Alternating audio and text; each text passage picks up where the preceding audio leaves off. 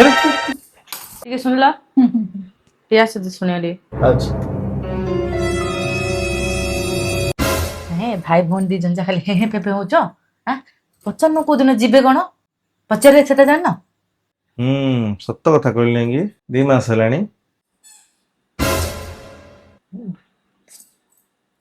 नानी लो 2 मास हेला आइलुनु से भाईना खाया पिया बिजार हबनी लो देह हेले कौन खराब बोली कहतलु हाँ